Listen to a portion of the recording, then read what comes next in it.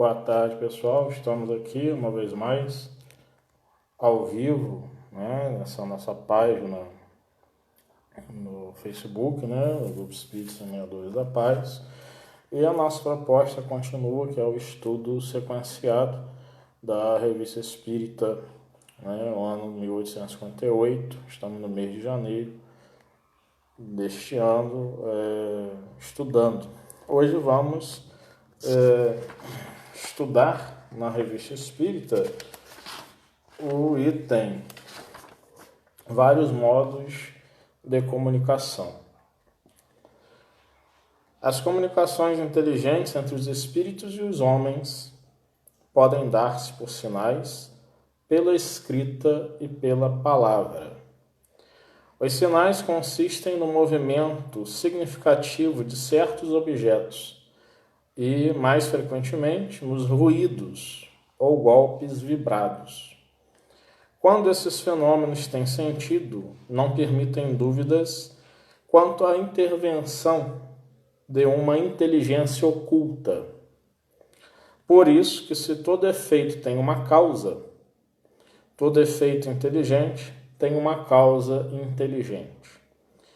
Sob a influência de certas pessoas, designadas pelo nome de médiuns, e algumas vezes espontaneamente, um objeto qualquer pode executar movimentos convencionados, vibrar um determinado número de pancadas e assim dar respostas pelo sim e pelo não, ou pela designação das letras do alfabeto.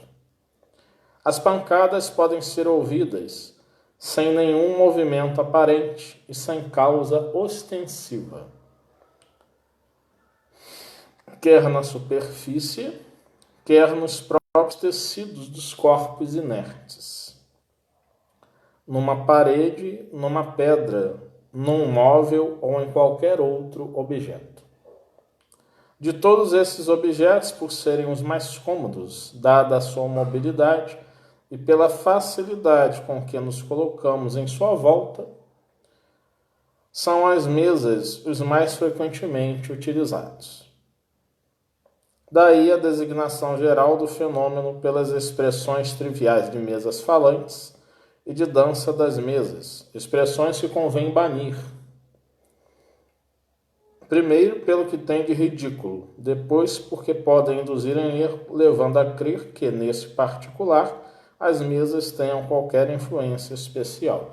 Aqui é muito interessante nós notarmos essa observação de Allan Kardec.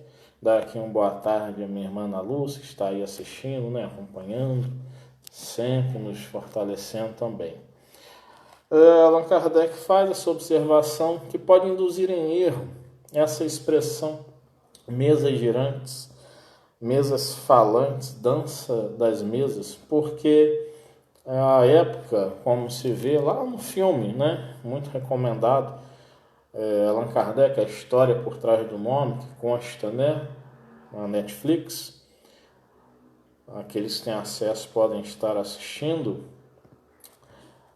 mostra-se, né, que era uma moda nos salões, nos bares, nos cafés de Paris, as mesas estarem lá, né, se movimentando, girando e respondendo às perguntas, em geral, perguntas frívolas, mas não eram as mesas que respondiam. Por isso, Kardec fala que isso pode levar ao ridículo, porque eram as inteligências por trás das mesas que respondiam.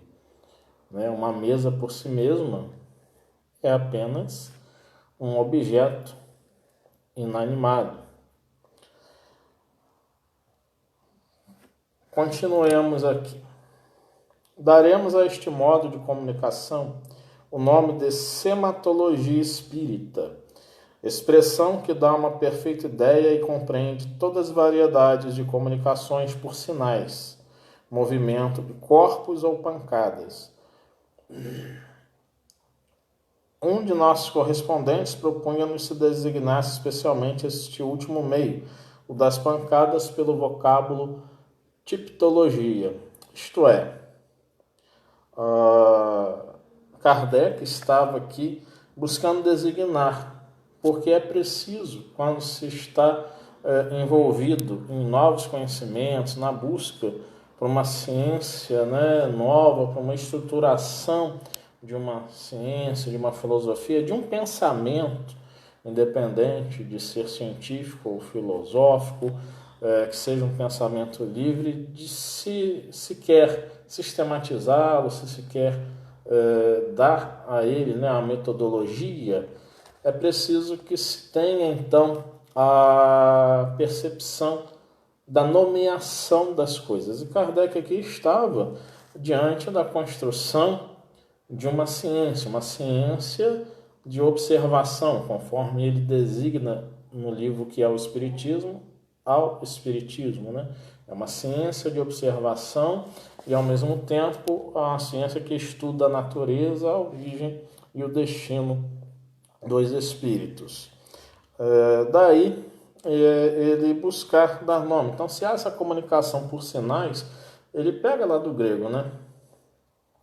Sema, sinal, né? Elogio, estudo dos sinais, sematologia. Então, ele faz com que comece-se a nomear para se entender o fenômeno. Se trata de quê? A fim de definir ao fenômeno e, ao mesmo tempo, dar também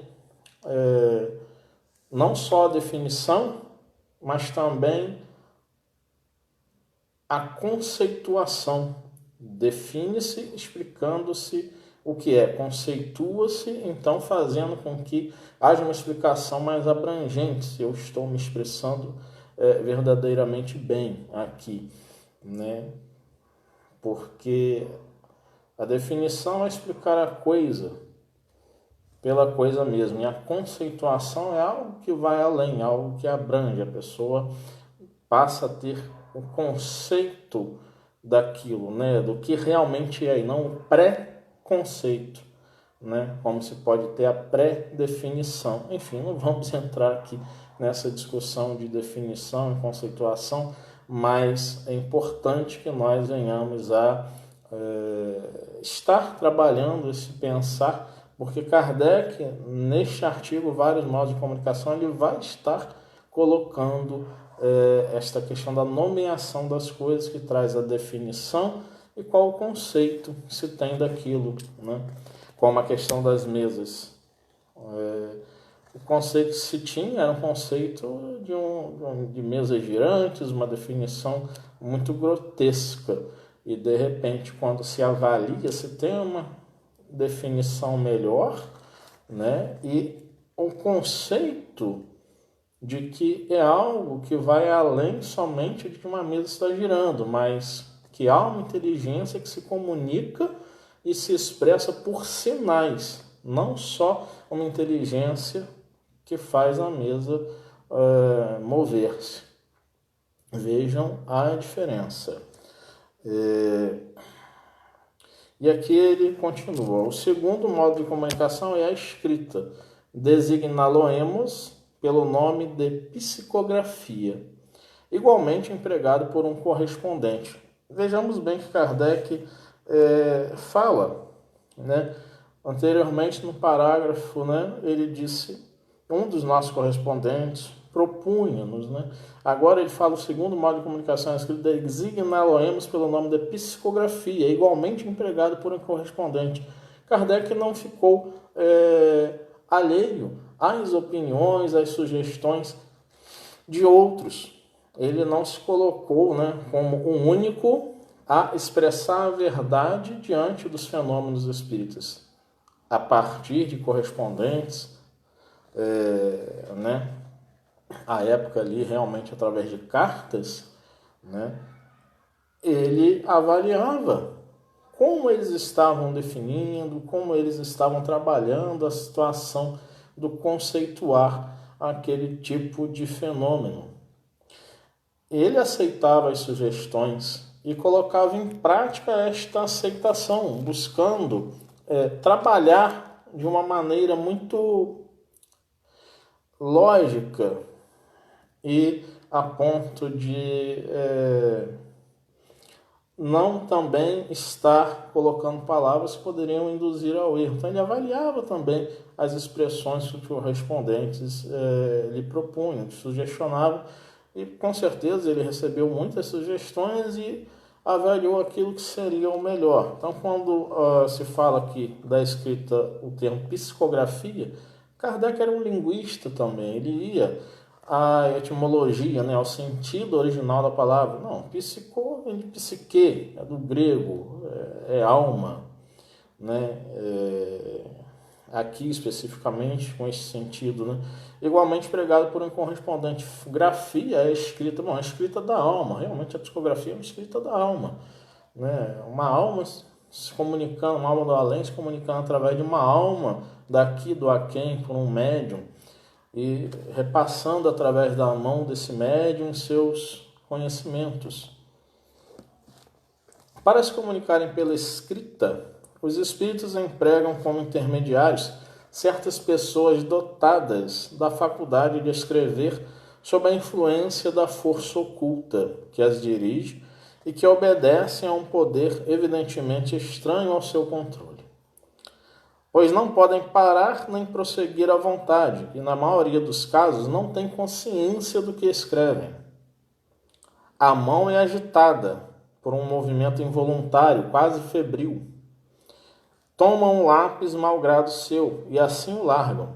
Nem a vontade, nem o desejo podem fazer prosseguir, caso o não devam fazer. Eis a psicografia direta. É interessante que isso me fez recordar aqui de uma pergunta que foi realizada em um grupo do Facebook, que é o Espiritismo com Kardec, que eu participo dele.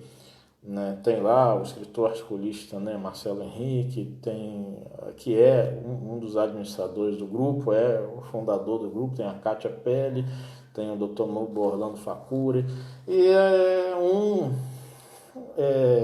cidadão perguntou lá, né, a respeito de Chico Xavier, né, que fala-se que ele psicografou 400 livros, e como seria isso possível se a psicografia é um método lento?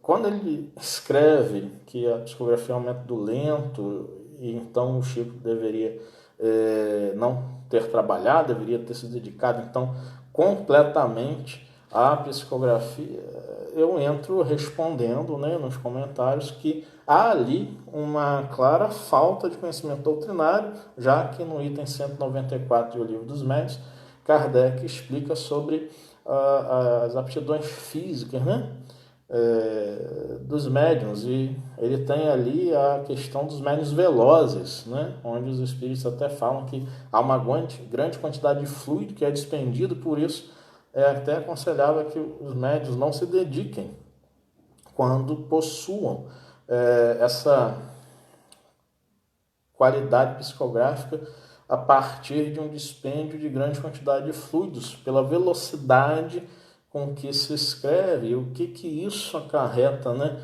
Aí eu já vou entrar na atualidade, talvez na questão neurológica, na questão do sistema nervoso, né?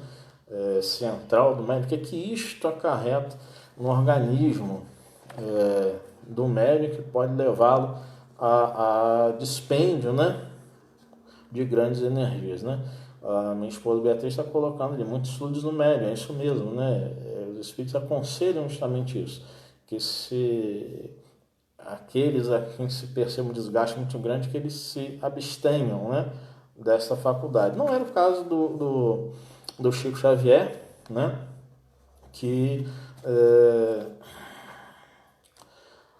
nós vemos o erro dessa pessoa a se colocar, né, e aí nós vemos que há uma pergunta feita, né, com o sentido de estar até negando, né, um objetivo, me parece, essa questão de estar até negando ao Chico, né, a integridade, a possibilidade dele produzir isso. O que eu respondi foi o seguinte: olha, se nós avaliarmos ao professor José Herculano Pires, por exemplo, que como escritor espírita escreveu de 80 a 81 livros, e um escritor encarnado não médium, no sentido, né, de um médium extensivo, obviamente que inspirado ele foi, mas mesmo no sentido inspirado, quanto ele raciocinou, quanto ele pensou, quanto ele se debruçou, ele estudou, e a sua mão não acompanharia, obviamente, a velocidade do seu pensamento. Então, e produziu de 80 a 81 livros. Por que um médium, né, que mecanicamente, sem ter maiores interferências na produção mediúnica, não poderia psicografar uma centena de obras, né? Eu até coloquei a observação, de que muitos colocam, né? Foram 412 livros psicografados por Chico Xavier. Depois a editora Vinha de Luz, administrada pelo Geraldo Lemos Neto, coloca de 468, talvez hoje esteja até mais, mas porém nós temos que observar que livros como Voz do Grande Além, Instruções Psicofônicas, não foram psicografados, eles foram realizados através do processo da psicofonia, e a partir desse processo da psicofonia não houve a escrita, sim houve a gravação e depois a transcrição, como o falecido Arnaldo Rocha, né, colocou, né, que ele transcreveu. Então, a partir daí nós já vamos colocar a realidade, não em relação à diminuição da quantidade de livros, né, vindos da lavra de Chico Xavier, mas em relação à quantidade de livros tomados sob esse nome genérico de psicografados. Nem todos os livros foram psicografados e nem todas as psicografias tinham o objetivo de realmente tornarem-se livros. Alguns encarnados, inspirados, e aí é uma discussão que nós podemos fazer, será que foram inspirados por Emmanuel, né, que coordenava as atividades mediúnicas do Chico, ou por seus próprios mentores, né, os mentores daqueles encarnados, a estarem pegando aquelas páginas esparsas, né, textos soltos, poesias soltas, e reunindo para colocá-las em livros? É uma questão que se coloca, né? E não dá também para a gente começar, não tirando nenhum mérito, né, da grandeza do Chico, do homem bom que ele foi, o homem de bem, conforme o Evangelho segundo o Espiritismo, mas não dá também para ficar se desejando aumentar a cada vez mais a grandiosidade de Chico Xavier. Esse é um erro, né, que eu particularmente opino aqui no movimento espírita brasileiro, né? Foi, para mim, claro, foi e é muito grande, mas não de forma a que a obra que veio através dele só traga verdades, que não haja ali opiniões dos espíritos, que não haja ali contrastes históricos. Gostei muito de ver o André Trigueiro na live com a professora doutora Irvênia Prado sobre a questão espiritual dos animais. Ele colocando sobre o Brasil, coração do mundo, pátria do Evangelho, uma posição também a minha, de que ali nós percebemos muitos erros históricos, né, e até a linguagem a gente coloca que não é uma linguagem própria quando a gente lê os livros do Conselheiro 20, né, que é Humberto de Campos encarnado, depois as obras, né, assinados Humberto de Campos, depois assinados Irmão X.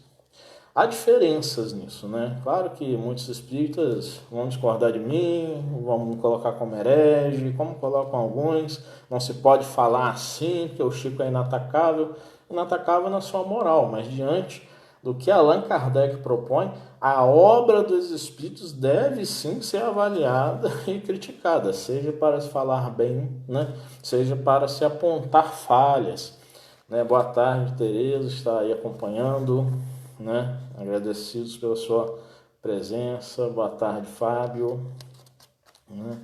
Nós estamos aqui então retomando, né, os estudos e vamos continuar a nossa leitura, né, do texto desse artigo Vários Modos de Comunicação da Revista Espírita, né? Também a escrita é obtida pela só imposição das mãos sobre um objeto colocado de modo conveniente e munido de um lápis ou qualquer outro instrumento para escrever. Os objetos mais geralmente empregados são as pranchetas ou as cestas convenientemente preparadas.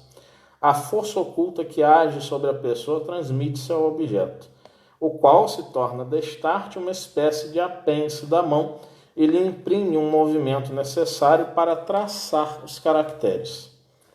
Eis a psicografia indireta. É como, né, nós imaginamos uma prancheta e naquela prancheta se colocar ali um lápis, uma caneta e aquela prancheta, né, com o médium impondo as mãos sobre a prancheta, o espírito ia escrevendo. Estou fazendo aqui um pequeno movimento, né, para dar uma ideia, que no filme que já citei, né, Allan Kardec, a história por trás do nome, que consta na Netflix, para quem puder acessar, a gente possa estar ali vendo, né, isso em relação não só à prancheta, mas também é como uma cesta bem preparada funcionar. Então ele diz que isso, ele fala, os objetos mais geralmente pregados são as pranchetas ou as cestas convenientemente preparadas. A força oculta que age sobre a pessoa transmite-se ao objeto, o qual se torna destarte uma espécie de apêndice da mão. Ele imprime um movimento necessário para traçar os caracteres. Eis a psicografia indireta, né? Que não é a psicografia direta ou manual, onde o próprio médium escreve usando a caneta ou de um lápis. E a indireta é essa onde se tem um objeto que também, né, está servindo de intermediário, né, entre o médium e o espírito. As comunicações transmitidas pela psicografia são mais ou menos extensas, conforme o grau da faculdade mediadora. Uns apenas obtêm palavras. Noutros, a faculdade se desenvolve pelo exercício e escrevem frases completas e, por vezes, dissertações desenvolvidas sobre assuntos propostos ou abordados espontaneamente pelos espíritos, sem que se lhes tenha feito qualquer pergunta. Isso é bem interessante porque nós temos na psicografia essa questão também que é peculiar à qualidade mediúnica deste ou daquele médium. Porque há médiuns psicógrafos que serão dados de forma melhor as respostas às evocações, evoca-se um espírito e eles terão mais aptidão a receberem esse tipo de comunicação. Aos médios que já têm uma aptidão maior à produção de comunicações espontâneas, onde nem nada se pergunta aos espíritos, eles vêm e dissertam, às vezes, assuntos completamente alheios ao interesse de todo aquele grupo. E uns escrevem frases completas, às vezes dissertações desenvolvidas, páginas, né, que desenvolvem assuntos dos mais diferentes.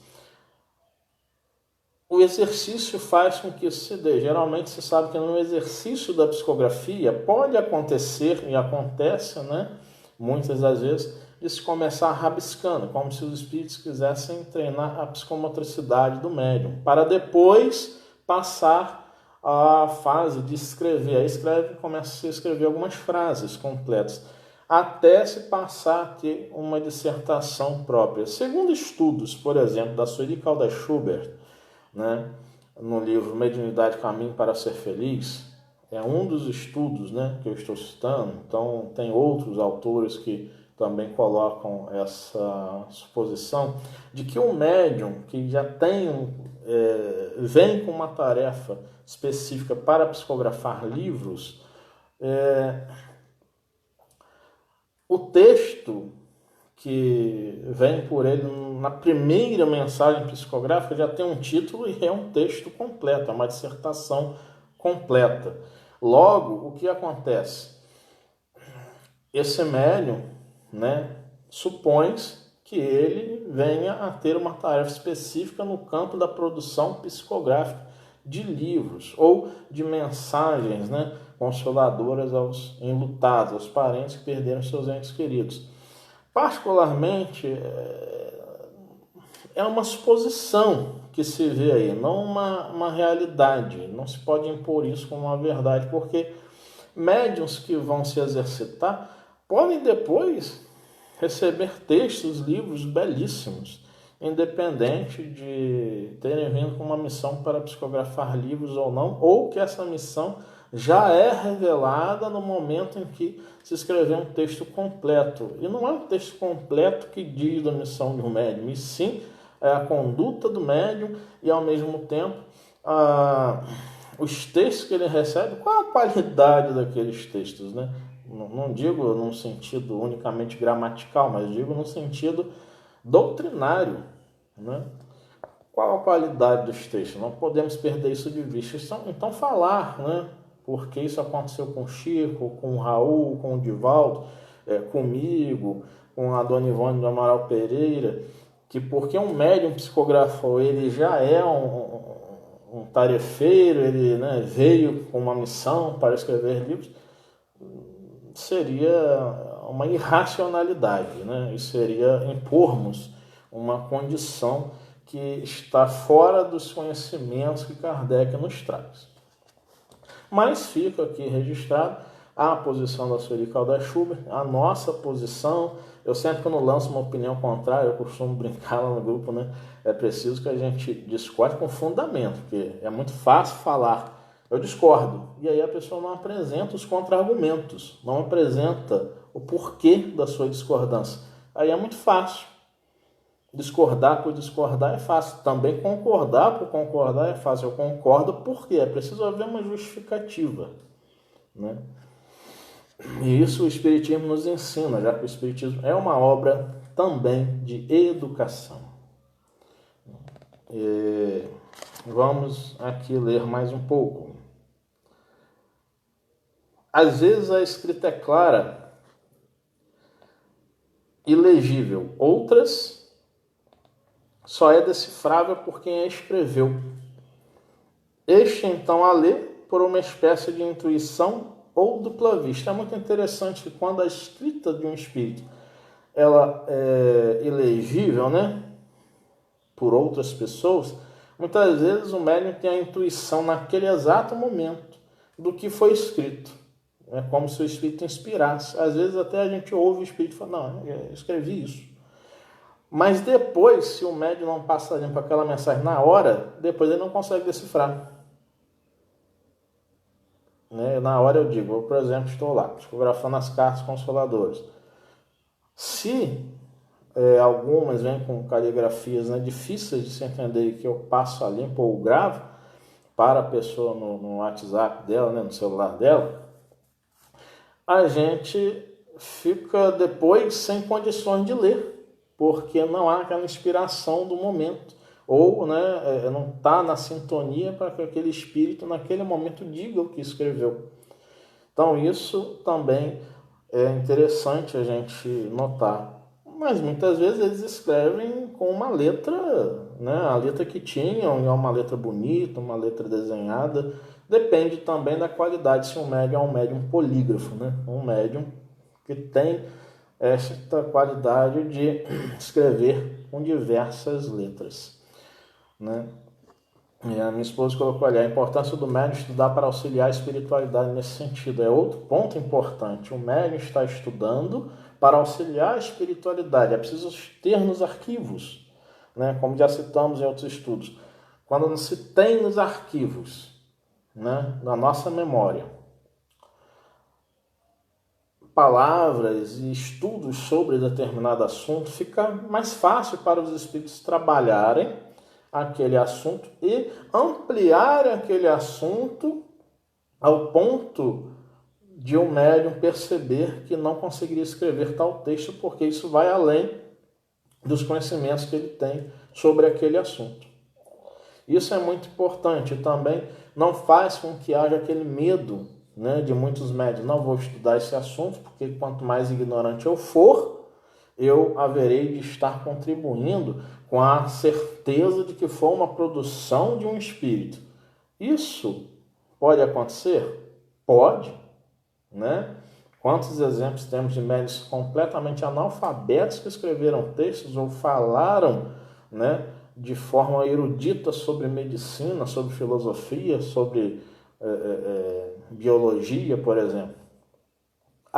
Mas um médium hoje que tenha medo de estudar, porque não vai ser, então, claro que é um espírito que está escrevendo.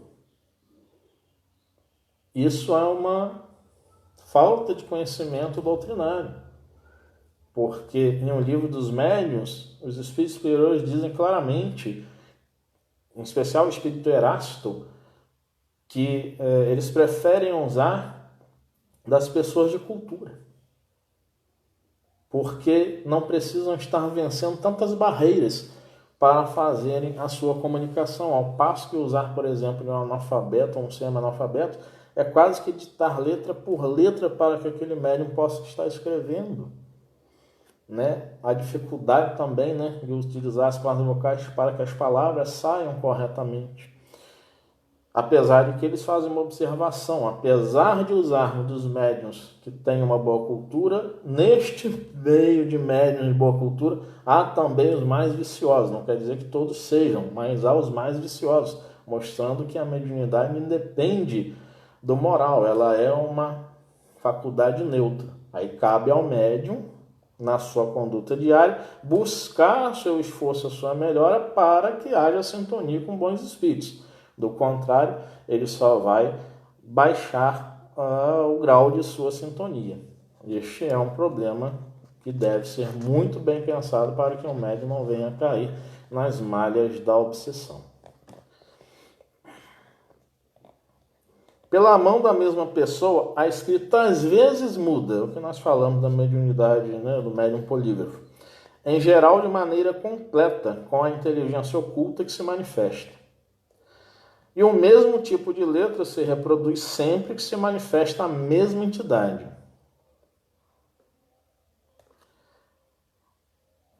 Isso, entretanto, nada tem de absoluto. Os espíritos transmitem por vezes certas comunicações escritas sem intervenção direta.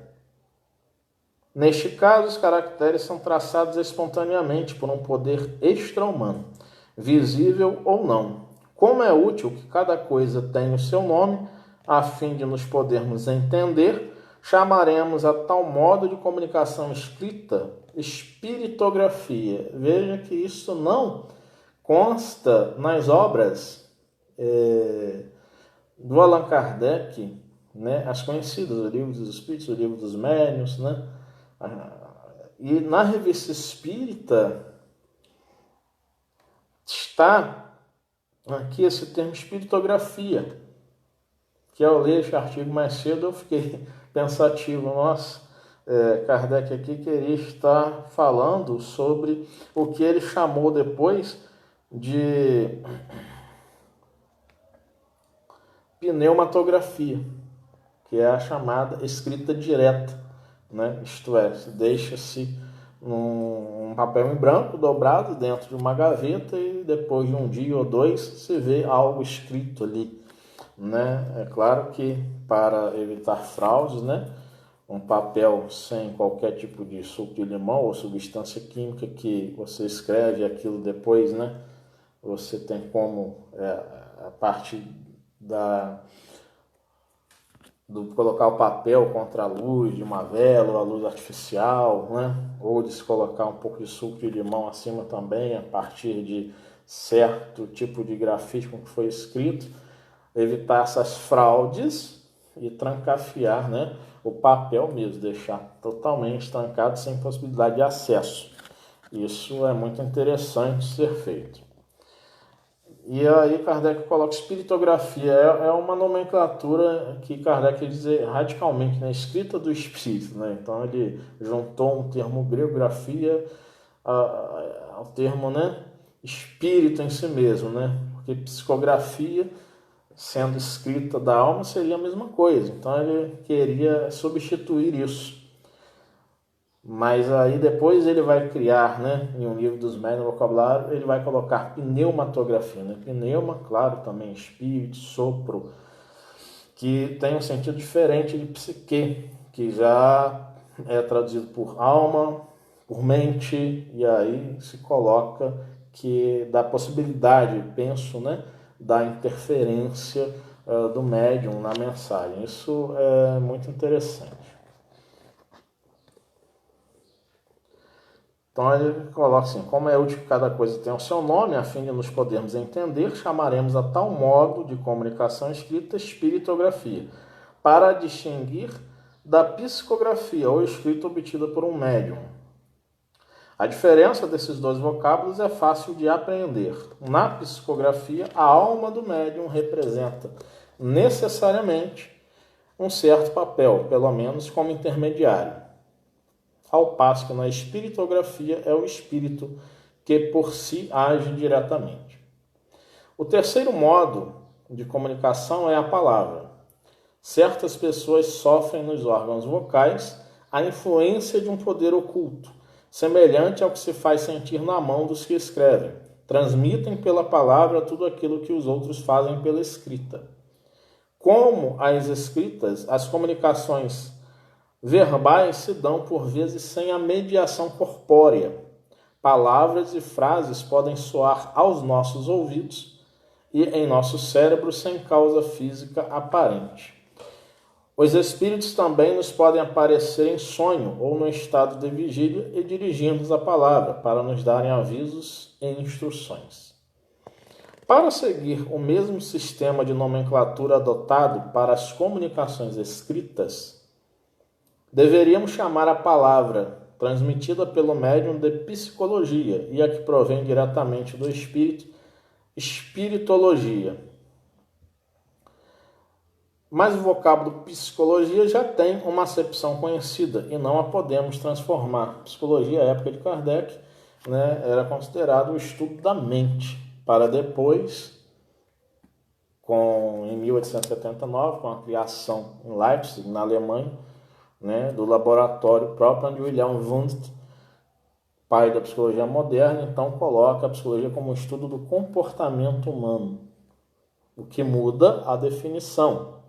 Não é só o estudo da mente, é o estudo da mente e o estudo do comportamento humano.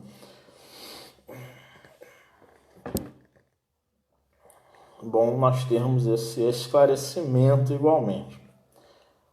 Chamaremos, pois, todas as comunicações verbais de espiritologia.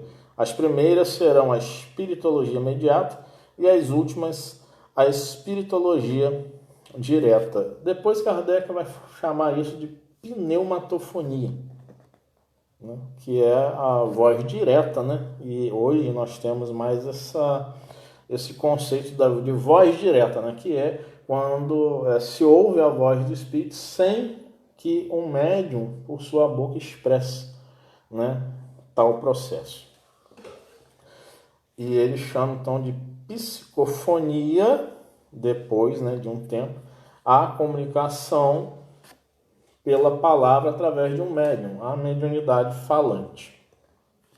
Dos vários meios de comunicação, é a sematologia o mais incompleto. É muito lento e só dificilmente se presta a desenvolvimentos de certa extensão. Os espíritos superiores não o empregam de boa vontade, já pela lentidão, já porque as respostas sim ou não são incompletas e sujeitas a erros. Para o ensino, preferem as mais rápidas, a escrita e a palavra.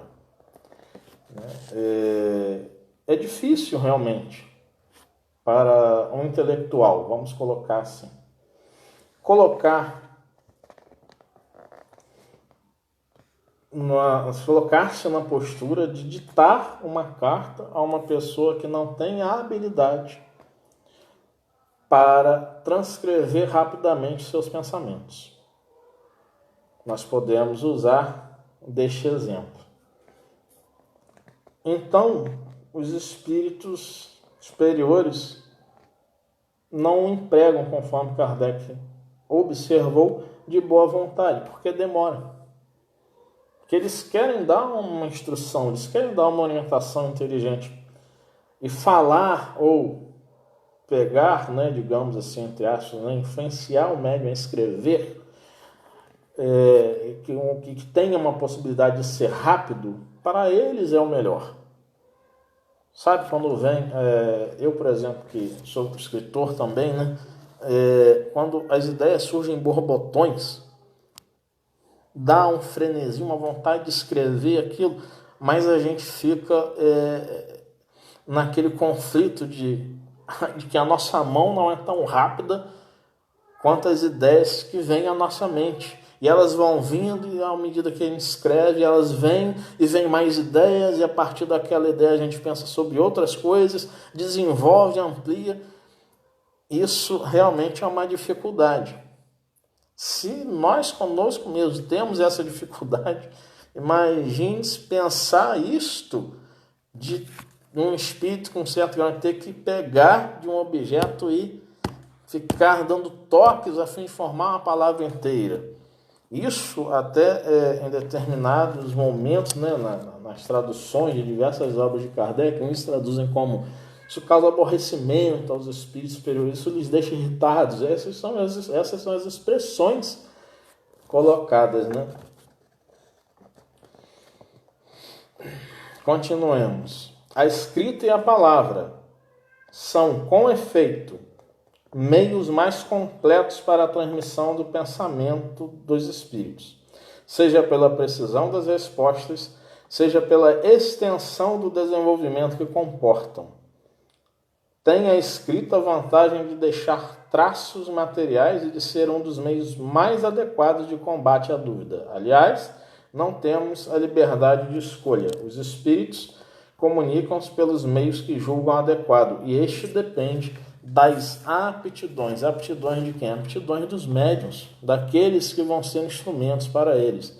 Né? Estou vendo aqui a figurinha do nosso amigo irmão Derval, né? Boa tarde, Derval. Prazer estar aí, né? Com você também nos acompanhando. É muito interessante que essa questão dos espíritos, né?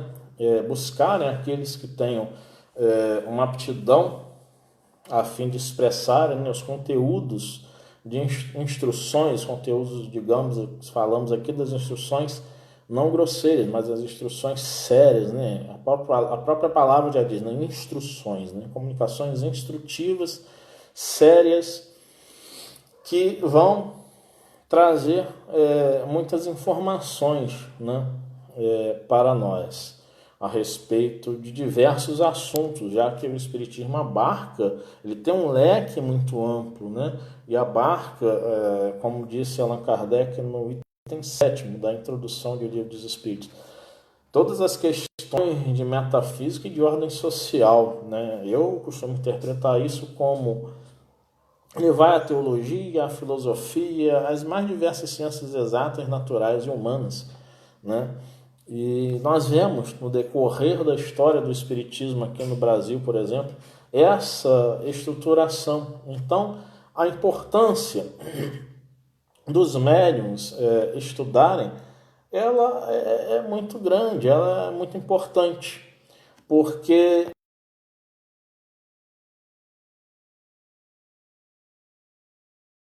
é uma forma mágica. Há todo um processo que é trabalhado, né?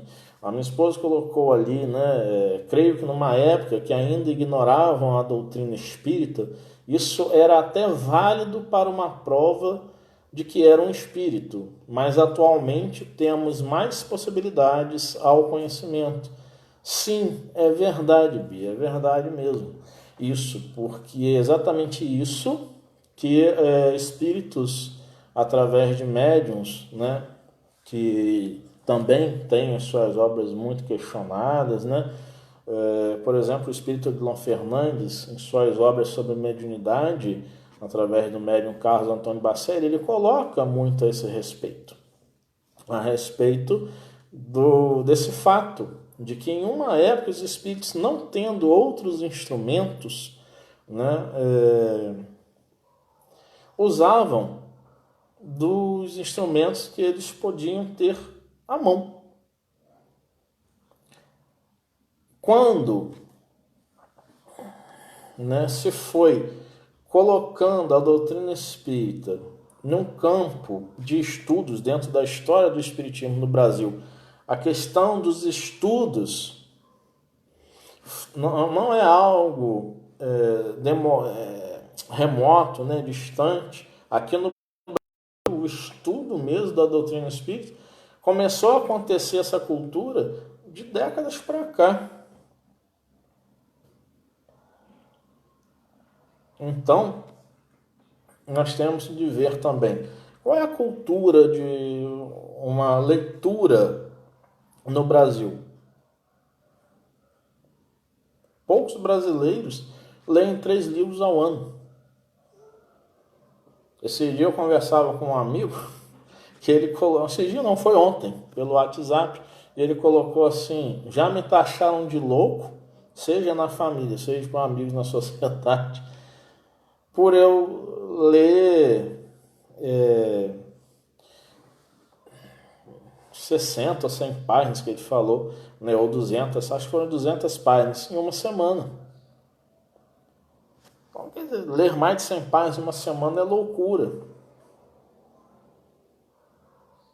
Que seja loucura, mas uma loucura que está fazendo bem. Uma loucura que está fazendo com que ele adquira mais informações, busque transformar essas informações em conhecimento e que ele possa, como ele é professor, repassar estes conhecimentos de uma maneira bem fundamentada.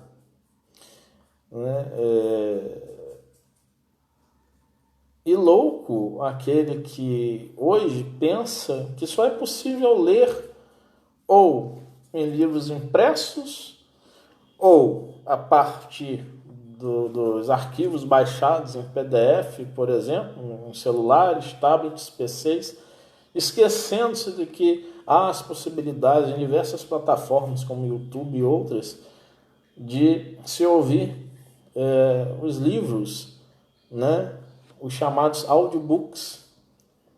Então, para aqueles que não tenham o hábito da leitura, que podem usufruir hoje do ouvir os livros, né? E daí realizar seus estudos. Então, nós temos muitas ferramentas hoje para o acesso à cultura, para o acesso ao conhecimento.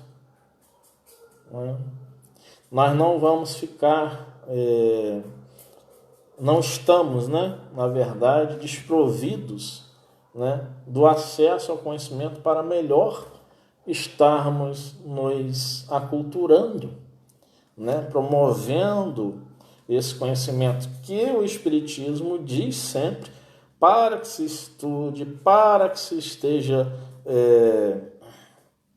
cada vez a partir dos estudos, aprofundando-se em assuntos. E assim, nós vivermos, seja essa loucura de lermos, né, mais de 100 páginas por semana, seja essa, entre aspas, normalidade, né, tida no Brasil muito como normalidade, de não se ler, né, de se ouvir. Então nós temos muita coisa a pensarmos a fim de nós a cada dia estarmos buscando melhorar os nossos conhecimentos, não só para, enquanto médiuns, recebermos instruções melhores dos espíritos, né, de uma forma onde a interferência possa ser menor, mas também realizarmos